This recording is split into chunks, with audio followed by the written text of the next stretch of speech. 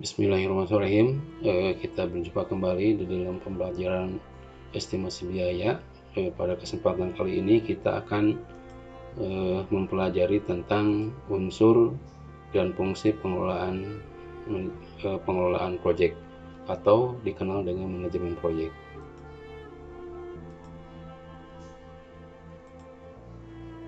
Tujuannya diharapkan setelah mempelajari materi ini, diharapkan siswa dapat memahami unsur-unsur pengelolaan proyek. Nah, kita lihat apa yang dimaksud dengan definisi manajemen proyek.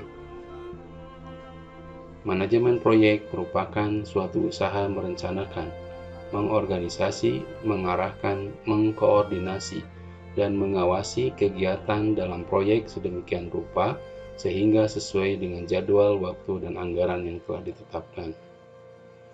Berikutnya, apa sih tujuan manajemen proyek?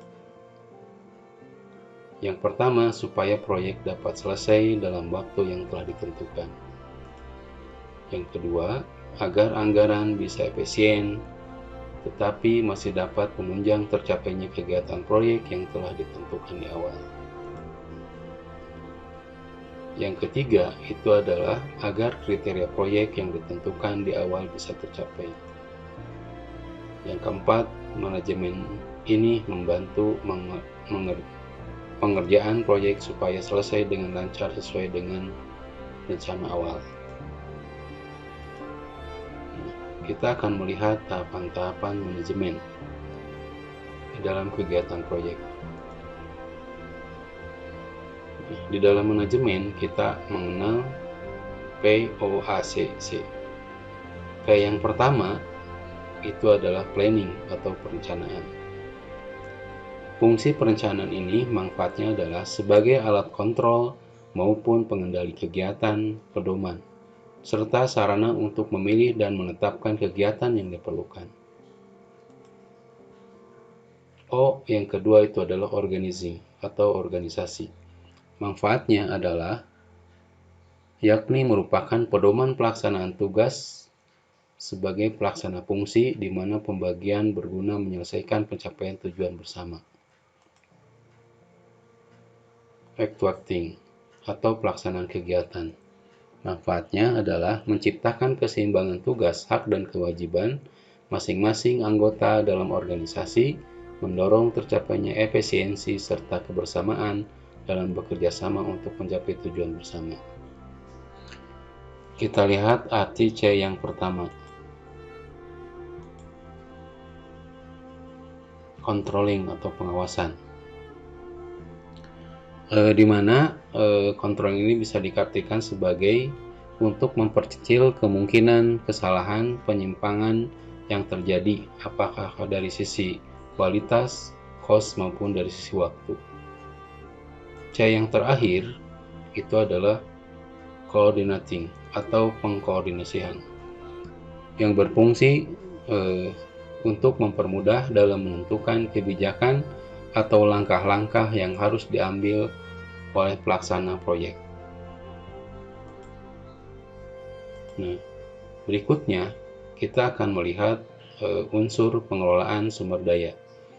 Ini sering disebut dengan 5M.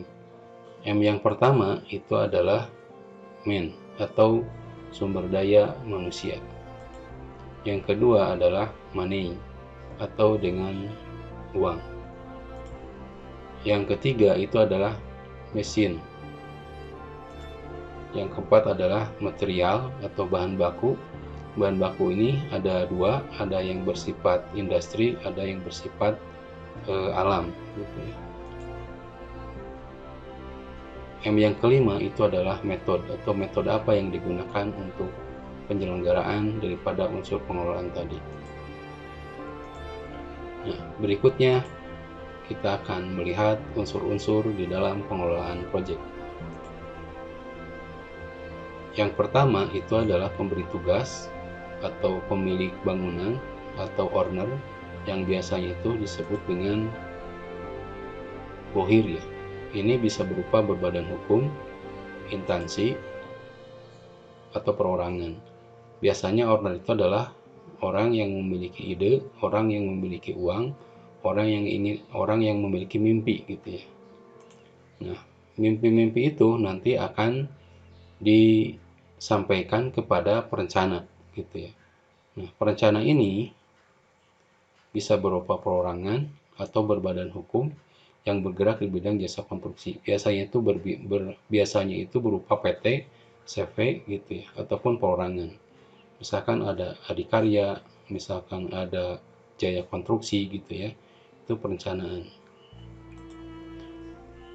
Nah, biasanya dari perencanaan itu ada juga yang disebut dengan konsultan pengawasan ya. Konsultan pengawasan itu pun biasanya itu bersifat suatu organisasi yang bersifat perorangan yang memiliki disiplin multidisiplin ya. Nanti tugas itu adalah mengawasi daripada proses pelaksanaan kegiatan pelaksanaan di lapangan yang diharapkan oleh owner tadi. Kontraktor pelaksana. Nah, kontraktor pelaksana pun sama. Di sini ada yang bersifat perseroan ataupun berbadan hukum yang mewujudkan ide-ide dari pemberi tugas, yaitu dari perencana. Nanti dari perencana, ide-ide itu yang akan dituangkan atau dilaksanakan di lapangan oleh kontraktor pelaksana. Nah, ada satu lagi yang disebut dengan subkontraktor. Subkontraktor di sini adalah bila mana misalkan sebuah pekerjaan dari kontraktor tidak bisa dilaksanakan oleh kontraktor sendiri, maka menunjuk yang namanya subkontraktor. Subkontraktor di sini sifatnya itu adalah seorang ahli profesional atau organisasi dengan spesifikasi khusus tertentu. Misalkan subkontraktor dari alat-alat berat misalkan, atau subkontraktor dari ME, mechanical electrical gitu ya. Nah, biasanya itu disubkonkan gitu ya, disubkonkan. Jadi dilaksanakannya oleh PT yang lain yang memiliki disiplin ilmu khusus pada bidang-bidang tertentu. Nah, inilah unsur-unsur pengelola kegiatan proyek di lapangan. Nah, itulah materi yang bisa Bapak sampaikan mengenai pengelolaan manajemen proyek. Sekian dan terima kasih. Assalamualaikum warahmatullahi wabarakatuh.